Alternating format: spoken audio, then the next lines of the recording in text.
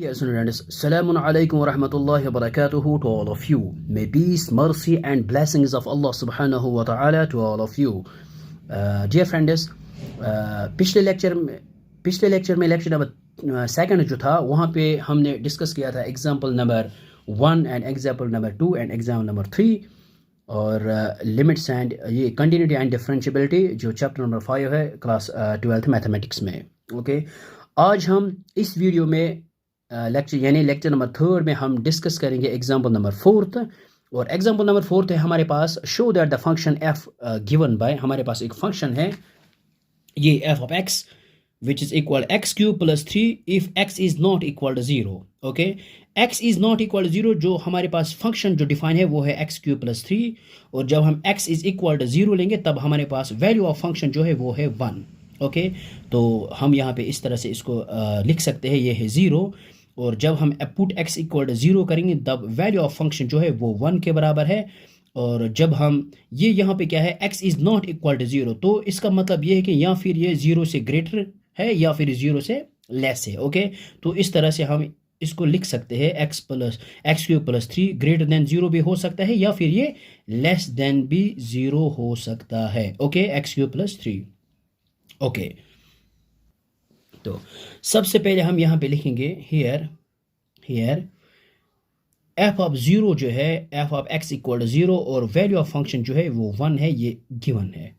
Okay, तो इसके बाद हम यहाँ पे लिख सकते हैं limit x approach to 0 f of x.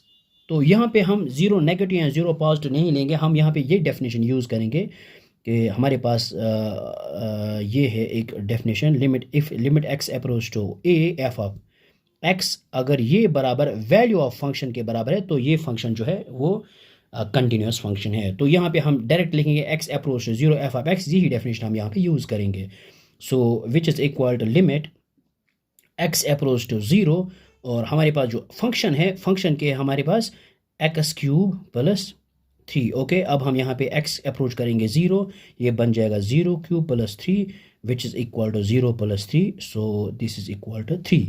Okay, तो हमारे पास जो है left limit of a function जो है 3 के बराबर और वैल्यू ऑफ फंक्शन 1 के बराबर है. सो हम यहाँ पे लिख सकते हैं limit x approach to 0 f of x is not equal to value of function at x equal to 0. Okay, so this function is not continuous at x is equal to 0. Okay, जो ये हमारे पास जो function है ये continuous नहीं है at this point x equal to 0. तो x equal to 0 is the, हम यहाँ पे लिख सकते हैं x equal to 0 is the only point of discontinuity. Okay, तो इसी एक पॉइंट पे ये डिसकंटिन्यूस है, बाकी तमाम पॉइंट्स पे ये जो फंक्शन है ये कंटिन्यूस है क्योंकि ये एक पोलिनोमियल फंक्शन है और we know every polynomial function is continuous. So 0 के बगैर ये हर एक वैल्यू पे कंटिन्यूस है. ओके, तो आप इसको इस तरह से समझ सकते हैं. यहाँ हम लेंगे, देखो ये एक 0 है और 0 के ऊपर वैल्यू जो डिफाइन है वैल्यू ऑफ फंक्शन वो 1 के, ये गिवन है, गिवन में ये यहाँ पे. ओके, अगर हम 0 से ग्रेटर की तरफ जाएंगे तब फंक्शन जो हमारे पास डिफाइन है ये है एक्स क्यूब प्लस 3. ओके, तो अगर हम यहाँ पे 1 लिखेंगे या फिर 1 से जाएंगे आगे 2 लिखेंगे तो हम हर एक वैल्यू पर ये फंक्शन जो है डिफाइन है वो एक्स क्यूब प्लस 3 है. ओके, तो अगर हम 0 से लेस की तरफ जाएंगे तब भी हमारे पास ये जो फंक्शन है यही है डिफाइंड एक्स क्यूब प्लस 3. लेकिन 0 एक्स इक्वल टू 0 तब ये फंक्शन डिफाइन नहीं है, तब हमारे पास जो वैल्यू ऑफ फंक्शन है वो 1 के बराबर है. तो अगर हम यहाँ पे देखो, अगर हम यहाँ पे 0.1 लेंगे तब भी हमारे पास यही फंक्शन डिफाइन है और 0.2 लेंगे तब भी हमारे पास यही फंक्शन, लेकिन 0 से ग्रेटर और 0 से लेस इन तमाम पॉइंट्स पर हमारे पास जो फंक्शन डिफाइन वो है एक्स क्यूब प्लस 3. और अगर हम यहाँ पे चेक करेंगे तो ये 0 के बगैर 1 पर भी कंटिन्यूस है, 2 पर भी कंटिन्यूस, हर एक रियल वैल्यू पर ये कंटिन्यूस है, लेकिन 0 पर ये कंटिन्यूस नहीं है क्योंकि 0 के ऊपर इसका जो वैल्यू ऑफ फंक्शन वो 1 के बराबर है. ओके, बाकी अगर हम -1 की तरफ देखेंगे तो यहाँ पर भी फंक्शन यही है कंटिन्यूस. ओके, और -2 पर भी कंटिन्यूस है.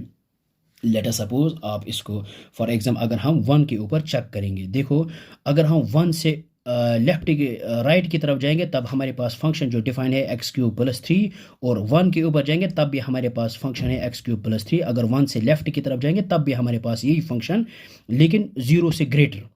लेकिन ये जो एक्स क्यूब प्लस 3 ले 0 से ग्रेटर जितने भी values infinite number of real numbers हम यहाँ पे लेंगे तो तब हमारे पास फंक्शन ये है डिफाइन एक्स क्यूब प्लस 3 ही है। ओके, तो 1 के ऊपर भी ये डिफाइनेड ये फंक्शन जो है वो एक्स क्यूब प्लस 3 ही है।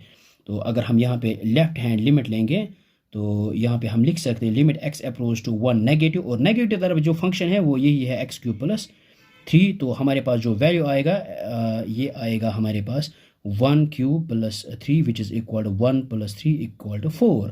और अगर हम राइट हैंड लिमिट लेंगे यहाँ पे राइट हैंड लिमिट वो हमारे पास आ जाएगा limit x approach to 1 positive f of x, और 1 से पॉजिटिव की तरफ जाएंगे तब भी हमारे पास यही फंक्शन डिफाइन है एक्स क्यूब प्लस 3।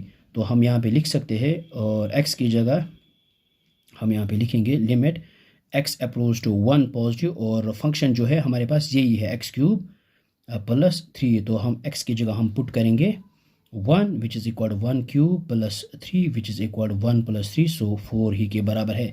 जब हम x इक्वल टू 1 के ऊपर आ जाए तब भी हमारे पास यही फंक्शन है एक्स क्यूब प्लस 3। तब अगर हम यहाँ पे एफ ऑफ 1 लिखेंगे तो हमारे पास यही फंक्शन है एक्स क्यूब प्लस 3, ये बन जाएगा 1 cube plus 3 equal to 1 plus 3 which is equal to 4।